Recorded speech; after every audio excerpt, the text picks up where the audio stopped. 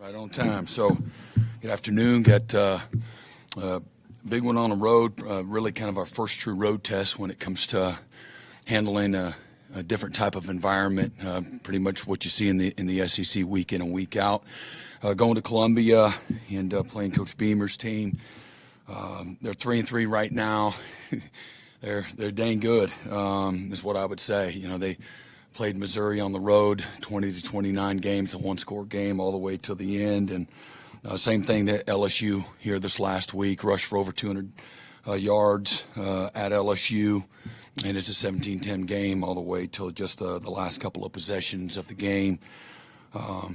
Vanderbilt played them earlier in the year and played really well, created some explosive plays, had some huge stops, some bunch of lost yardage plays early, and really stifled a few drives that they had going, and created some explosive plays offensively. Otherwise, again, he's done a really good job. They lost a bunch of guys from a year ago, and offensively, better personnel than what they had a year ago around the quarterback. The quarterback is one of the toughest players to defend, in my opinion, in the country. His arm talent, his strength, his speed. He's bigger and faster and stronger than most of your guys. And I love the heart and the toughness that he plays with. They've done an awesome job in the special teams. They've got an NCAA leading 6 non-offensive touchdowns between what they've been able to do defensively, 3 defensive touchdowns, and 3 punt returns for touchdowns. They got a DB, number 4, Swain, that is, man, he's lightning in a bottle and really aggressive. They lead the SEC in forced turnovers with 12. So they've been, really aggressive in what they do. They've got great length and strength in their front 7. They do a really good job. Coach White's been there for a good while now, and he's really done a nice job of, I know exactly what it looked like when he got there, and what he's been able to build has been pretty remarkable. And but they've done a great job, all 3 phases. I said this last night on my coach's show, that they take pride in winning in all 3 phases, and it's a really physical football team. They're very comfortable being in a lot of one-score games as well. And Coach Shula, he was a head coach, I think, at Alabama when we went to Tuscaloosa several years ago, 2003, I believe. And he does a really nice job as well. Dylan Stewart, one of the premier pass rushers and all of college football. We got to see him up close and personal last year. They played really well when they came here last year, and hit us right in the mouth through basically 3 defensive touchdowns, 3 straight opening drives, 3 defensive turnovers, and 2 of them touchdowns, and the other one led to a quick touchdown. And so we need to play, really efficient. We got to take care of the football. We got to get better. We got to play more efficiently offensively, and for 4 quarters. And defensively, we can't have any lapses. We've got to force turnovers. That's been a staple of who we are for decades. And for whatever reason, they're just not coming like we need them to come this year. They can be game changers and create momentum for your football team, certainly field position, scoring opportunities, etc. So, not a better time to get it started than this week. It'll be a great atmosphere, early morning game. They've always done a great job, at home, with their home crowd and whatnot. So excited to move forward. And our guys had a really good mindset to them. I think mindset's a lot more important than talent. And as I said last night, again, disappointing in the loss, but not discouraged. This is a team that's talented, and they're tough-minded. They believe, and they're together. And when you put those 2 things together, being, again, believing and being together, man, I think it's a very powerful thing. And so looking forward to getting back on the field this afternoon and putting in our game plans and again, going on the road this week.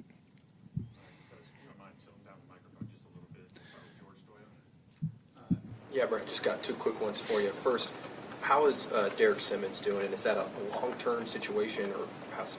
Yeah, it's a day-to-day. He responded well.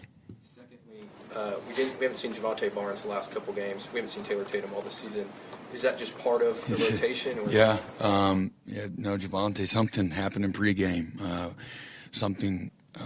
We thought initially it was hamstring, but there's something else. But I think it'll be a short-term thing. I don't really have any other information. He didn't practice yesterday, but he's moving around. And then Taylor's had one thing after the other. He practiced yesterday, but between stingers and an ankle and a hamstring, he's kind of been snake bit. Mm-hmm. The first things you said after the loss was this is still a really good football team. Coming off an emotional loss like that, with the schedule not getting any easier, how do you make sure that this doesn't snowball? Just be who we are. Again, snowballing can certainly mean, that's a broad term. It means a lot to a lot of different people.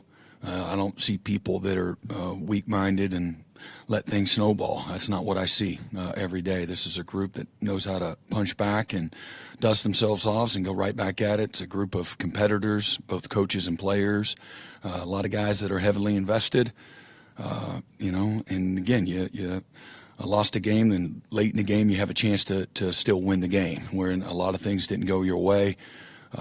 You try to figure things out. And you come right back and you do it again. And I told him before the game, you go win the game. Hey, guess what? We got to go play a noon kickoff in Columbia, South Carolina, regardless of this outcome of this game. And it's going to be every bit as important, win or lose. And they're all important. So our guys got a business-like approach. I do think that they're fueled from the pain of defeat and missed opportunities, and they'll respond the right way. Talked last night about feeling like there were potentially things you could do around Mateer to scheme better, to put him into a better position of success. What do you feel like some of those things are, and what are you looking to see? I'm certainly not going to lay it out there for you, but you're always looking for ways to help guys. So I'm not going to get into what that exactly means, but and again, John, he told you himself he feels like he needed to make a few better decisions and be a little more patient, let the game come to him. And he's anxious and amped up, and like everybody was, and probably pressed a little bit. But you play quarterback at a high level when everybody around you is playing at a high level as well. We need to get better. We need to improve. Everybody around them need to be a little more efficient with what they're doing, fundamentally, physically, technically. All of those things. Mm-hmm. Brent, the tailbacks that you guys played against Texas rushed for a combined 42 yards, and it wasn't just a Texas thing. You guys have struggled to run with your tailbacks throughout the year. Jadyn Ott had pretty good performances against Kent State. Then we see him carry it once, drop a pass, miss a block, and he's kind of done for. But he's the guy that rushed for 1,300 yards a couple years ago. Yeah. What's keeping him from more touches and seeming like a guy that maybe could affect the offense? Yeah, well, I think he got in the game early and some things didn't go great right away. And that's, hey, everybody deserves some grace. But I think personally, man, Tory Blaylock has been fantastic. And he's a guy that's hard to keep off the field. And so I think it's more an indictment on how well Tory has played, both in, a lot of times freshmen, they don't do a great job in pass protection and being involved in the passing game and the running game, all of those things that it takes to play, a tailback, without people knowing exactly what you're going to do. And Tory's been fantastic. We've been bragging on him for a long time. He'll be a guy that's up to this point, one of our MVP kind of guys. And the more times he touches the ball, the better he gets. He runs through trash, picks up, good blitzing linebackers, does a great job in his chip protection, has a good feel for, what we want to be. So I think it's more of an indictment on Tory. Two questions, Brent. One's easy. In your 10 years at Clemson, Wait a minute. Okay, here you go. Give me a hard question? This will be easy. 10 years at Clemson, did you ever go to the South Carolina State Fair? No. I didn't think so. I'm physically there while it's going on, but I've not been to the fair. Second, you like to say and have said quite a few bit in the past that the SEC is a one-possession league. All the games are tight. Hadn't always been true, but this year it looks like it's a runaway, close. Is the key to figuring out a way to win close games, or is the key figuring out a way to not play close games and give yourself cushion? I think that both of those keys can actually be true, and you better figure it out in the one-score games. And certainly, why does it have to be? You got to play really well, and all three phases kind of goes without saying. And I don't think it has to be, but I think, and I don't know whatever it is, you probably got the data more than me. I focus on us. That's really where my focus is. I want our guys to normalize the struggle of game day. A lot of times I think it's people put this expectation or there's an environment that is nurtured outside of our building that things will come easy, and there's not anything easy about it. And so everything gets easier when you stop expecting it to be easy. And so I think that's a tough-mindedness that you want your guys to play with, a level of comfort when things aren't going well or when things are a little harder. I don't want guys to panic. I don't want guys to, oh my God, now what do we do? You're going to get punched back a lot. And this isn't, the old Big 12 days where Oklahoma destroys everybody, every single week, except for one game a year. And, I'm not saying that in any other way other than, man, every week, man, there's big, long, fast, explosive dudes, great staffs, really good quarterback play, tremendous lines of scrimmage, things of that nature. And so I think again, both things, can be true. And we're continue to try to improve. We got to get better. I'm preaching to the choir. And, physically at the point of attack. And again, I think the defenses have been a little further ahead than our offense right now. I think that kind of goes without saying. And but we got to do the efficiency things better. Staying on schedule, getting to a rhythm, taking care of the football, creating explosive plays more consistently, and then continue to be a really good red zone offense when we get down there. Again, we've shown to be able to bleed it out, with whatever it is, 7-minute drive. We've been able to do that against, really worthy opponents. We've been able to put a 2-minute drive together quickly to go score and take the lead and respond on the other side of the ball. And we weren't able to play complementary football like we were against Auburn and Michigan earlier this year. And we had our opportunities to do that late in the third quarter, beginning of the fourth quarter, where we finally respond on offense, where we get an explosive play. We get down into the middle of the red zone there, and then we have a penalty. And we're not good enough to overcome those things right now. We need to be better at the fundamental things that keep us out of harm's way. And that's football too. I get it, but we got to be cleaner. I think we had 4 or 5 penalties in the game, and 2 of them were big ones. That. One's kind of a drive starter, getting into a rhythm offensively. And those things are hard to overcome. And next thing you know, it's 2nd and 20. You're going against one of the best defenses in college football that are big, long, fast, small gaps, small, windows to throw through, really good schemes.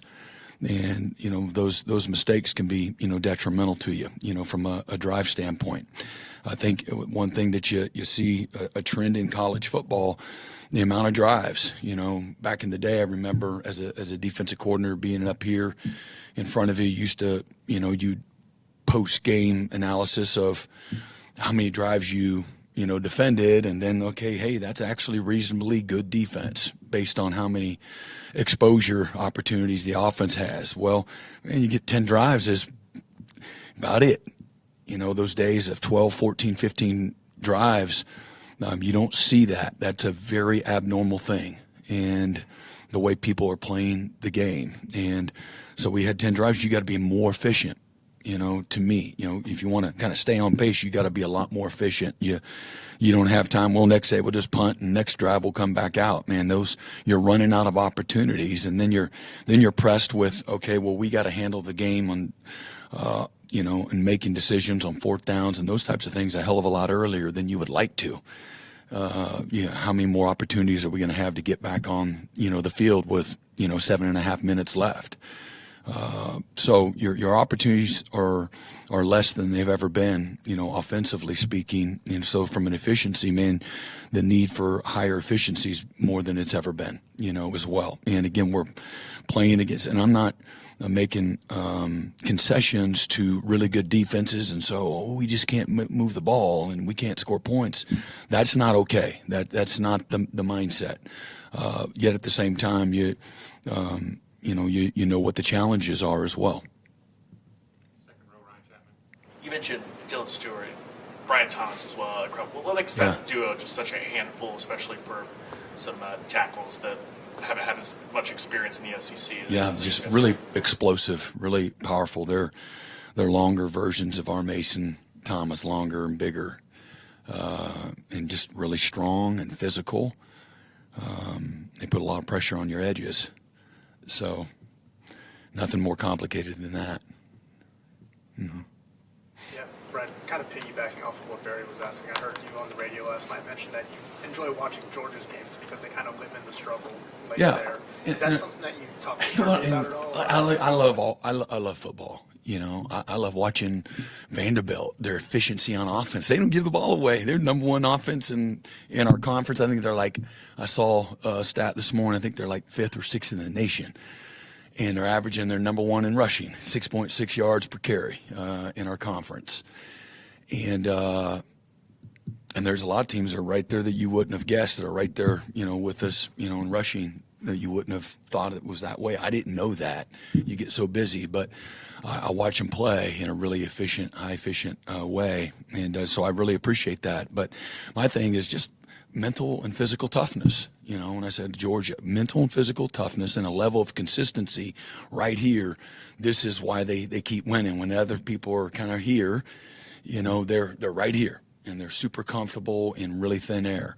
And that's just respecting, a culture, an environment, a mindset, the physicality, the mental fortitude to be very comfortable in those spaces, not press. It's poised under pressure as a result, and then figuring it out, and that comes from having an attitude of belief and been there, done that. And that's normalizing the struggle of game day. A little bit of, there's going to be some choppy waters. Well, it's good. There's going to be some headwinds. Well, we were ready for it. There's going to be a moment where they punch you back and knock you on your butt, and you got to get back up and swing back. And that's what I've seen with them, and nobody has done it better the last, whatever that is, 4, 5, 6 years.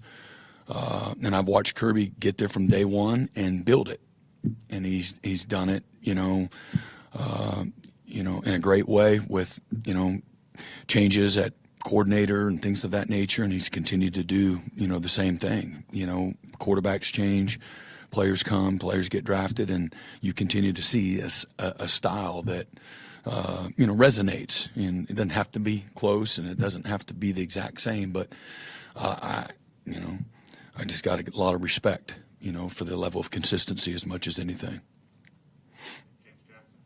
Coach, it seemed like in the second half where Texas got going, running the football, you guys were in position a lot of times, just missed in the tackle. Yeah. What goes into fixing that going into this week? Because you've been so good at all season. Yeah, we pointed out, just put a shortcut up together of just, man, this is uncharacteristic. You didn't do this in practice. You haven't done it in games, yet here we are. And R. Mason played good. And we played with great effort, but the first run of the day, we do something uncharacteristic. Now, I think it was a 2-yard gain. Maybe it was a few more yards. I don't even remember, but I know the play. And we did something. We put our head inside, when we're supposed to set the edge and keep our outside arm free and set the edge 2-to-1, block it, and set a hard edge because all of our help's inside. And we don't do that. We peek inside, and and that's not, you don't have even the technique to go along with peeking inside. And next thing you know, he's kind of getting worked, and we get loose in our run defense early, and just one guy, but next thing you know, they're gaining 4 yards. They're gaining 5 yards, or 7 yards, or the pile's going the wrong way because we got a little high and we're looking for the ball. And I thought the second half, and again, that wasn't the norm for us in the first half. And then I felt like those first two drives we were trying to go make a play. And then players will tell you that. If you put a mic in front of them, they'll tell you the truth. And trying to make a play. Nothing egregious other than, man, do your job. Play with great pad level. I said this, we got to play blocks better and we got to tackle better. You do those two things, maybe you can go win the game on defense. They don't score that touchdown. And, give credit to Texas. They were able to find the end zone. But, man, we played a huge part in that. And I only say that because we played some plays within, that drive that extended the drive, got them into plus territory.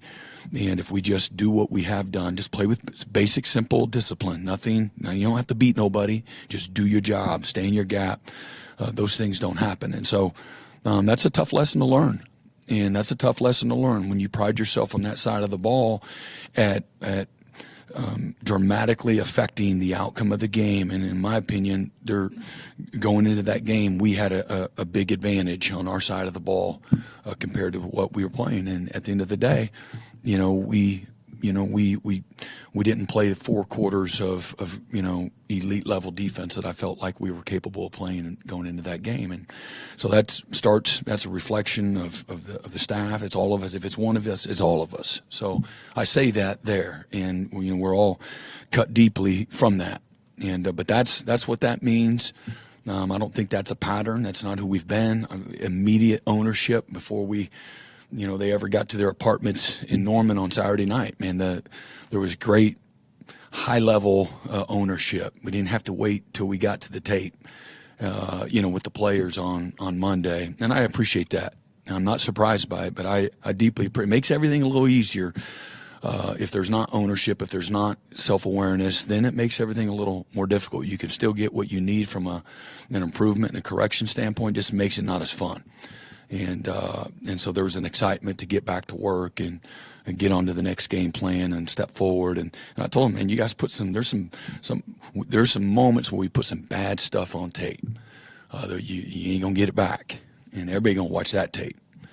Everybody's gonna watch that tape. And now all of a sudden, you open Pandora's box, where you want people to take their call sheet and just like, man, there ain't nothing on here worth a flip. But now all of a sudden, the Rolodex is wide open, when you don't do the basics well. And, and I told him success, success can be one of the worst things that you have. And sometimes, poorly managed success, leads to the disrespect for, what it takes to win. And then you go try to go make a play now. No, I don't have any stats yet. Go try to make a play. And I don't think it was selfish at all. I just think guys were really pressing, trying to, make a game-changing kind of play. The tackle for loss and things like that. We had 12. I thought we should have had close to 20. And, we had 1 sack and, we missed 4 or 5 more. And again, that's football too. So that ain't nothing to do with the opponent, nothing else. And I don't play the shoulda, coulda, woulda. But when I'm teaching and coaching and correcting our guys, is that him or is that us? What should have happened here? We had a zone blitz near the goal line where Peyton Bowen breaks up the ball on 3rd and goal, and we'll hold him to a field goal. And but it should have been a sack. And Taylor Wine's been fantastic, but there's a fundamentally technique that's assigned to that call, and we got exactly what we wanted. And he got a little heavy and thick on the edge, and you can't do that. You can't put your outside hand. And when it happens, the quarterback bought a little more time, had a chance for a touchdown. Peyton had good sticky coverage. Fortunately, makes a nice PBU and saved him, but should have been a sack. He either has to throw it away, and there's a grounding potential and all those kind of things, or it should have been a sack. And so we missed in some of those opportunities, playing with great effort, amazing, tremendous effort, a lot of strain. Okay, that we never missed that. And nobody was perfect. Like everybody played with amazing strain every single play. But we did play with great effort, great resolve. And we just, pressed a little bit. And you got to let the game come to you.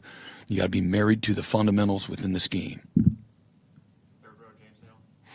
Yeah, Brent, feeding off that, we had a chance to talk with Taylor Wine and Peyton Bowen yesterday. They both took great ownership, like you said.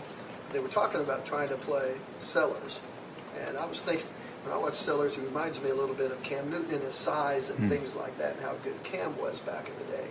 So chasing him and trying to handle him, how good is this cat? You saw him out here, and man, he's just he's a freak. He really is, and he's really becoming an excellent quarterback. And he threw for 300 yards against Missouri a couple weeks ago in Columbia. And, man, he's running to his left one time, and it's 3rd and 37. And next thing you know, it's 4th and 3 because he throws a freaking dart across his body. He's running for his life, running to his left. He's a right-handed guy and just throws a freaking dart with great accuracy right on the sideline. And he's he's got great toughness to him. He's really hard to bring down. He like ducks down, and next thing you know, he pops out of there. And he's really hard to tackle. He's hard to get 2 or 3 guys to get him down, let alone one. And you're lucky to get one guy on him, right? They got 5 guys up front to block, plus a back. That's 6. Sometimes it's 7 with the tight end, and then so if you got one guy free, that's 8. And now you got all these freaks out here that Harbor and Vandarius, these guys are like really good. They're really fast. So they've done a really good job of putting good players around them as well. And so you don't want to be in a whole lot of those one-on-ones either. So makes it hard to decide on how you're going to play him. But great challenge. I'm glad that they talked about him. And they watched the tape, and they played against him once. And he's been able to do that against a lot of people.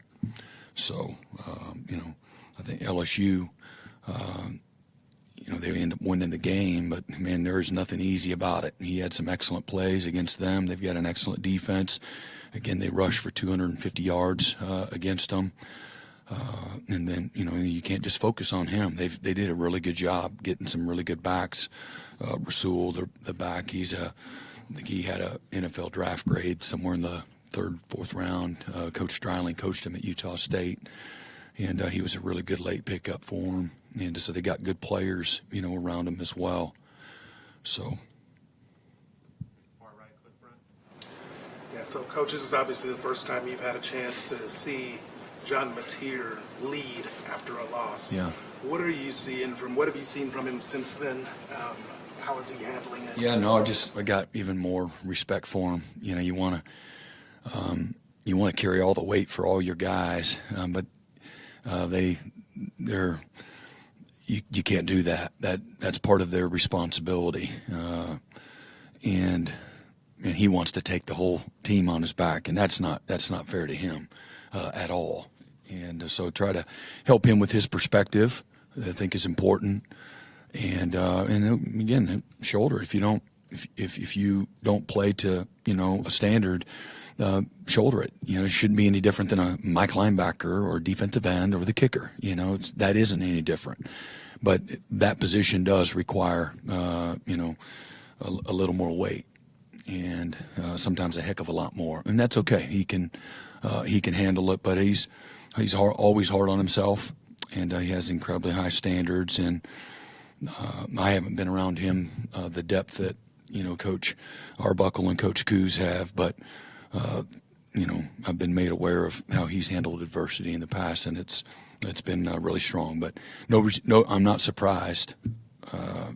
With your observation with him yesterday, he's a humble guy that likes to work. He doesn't live in La La Land. He knows what's good and what isn't good, and what's good enough and what ain't good enough. And so he'll go right back to work, and did. The guys really respect that. That helps everybody step back in line. Yeah, Brent, some guys have a great preseason camp, then kind of fall off when the year gets going. So what's it been like to watch Taylor Wine build off that in the first half of the season? I told you guys about him, didn't I? Yeah, no, I know. I'm really, and we've all been there where a guy did really surprise, and then for whatever reason, they lose their way. And he's been fantastic. And my favorite part about him is how hard he works, the consistency of how hard he works. And so this is a great example why he's playing up here, because of all this work. His confidence comes from the work. His consistency comes from, win the day mentality every single day. His ability to be coached really, really hard. He's one of those guys that it's easy to coach hard because he receives it well. He doesn't go in the tank. He's not soft-minded or soft-hearted. He's got very thick skin. It goes to the critique goes to all the right places.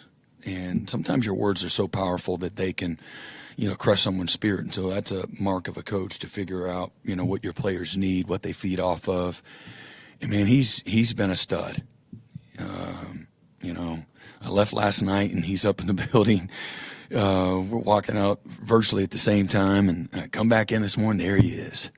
I mean, do you go to class? I mean, are you working on your progress towards your degree? Are we good there? And he's an excellent student, but he's very focused, and he's a gym rat. But it's been cool to see the development, and it's none of it's by accident. So he's this amazing example for the other guys. At the end of the day, look at this guy.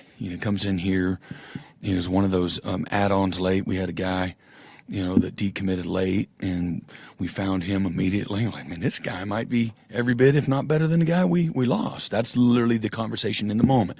Coach Chavis, he's ready to jump off the bridge down here at I-35, and I'm like, man, this guy is better, I'm telling you. And he wants to be here. And then there was a connection. His dad had worked here. They had lived in Oklahoma City, and they live in Tennessee, but they had lived in Oklahoma City before, and they loved the Sooners. And then they wanted to commit before they even got here. And then you're like, whoa, I know we offered you, but you're not supposed to say yes right away. And that's just kind of a coaching thing. Now you're thinking there's something wrong, But next thing you know, he blew up, and all these people wanted him to, and it's a really cool story. And it's a good message for us, too, in recruiting. Find the right people. They got to be good enough, but find the right people, man. People matter. And his passion and his toughness, man, and his love for the game, his love for coaching, his love for discipleship is extraordinary. And he'll continue. It's not like it, well, man, they got to pay more attention. He'll figure it out. He's strong. He's physical. He's fast. He plays quick. He's got good instincts. Not perfect. Still, man, just tapping into what he's going to be, and he's been fun to watch. I just want to ask you, Ben talked about it a bit, but getting Javonnie Gibson going some more, how important do you think that'll be? I think it's tremendously important. And when he was at his best this spring, man, he was tough to handle. And again, his size, his catch radius, his instincts for the game, route running ability, his physicality and blocking and covering people up. He wasn't ever covered. He was always open last spring when he was before he got hurt. So you don't have many guys that are like that. So when you have one, and again, I think the progression's been right on time. Under the circumstances. So he played a few more snaps this week than he did the week before, and we'll continue to progress. All right. Y'all have a good day. You got it.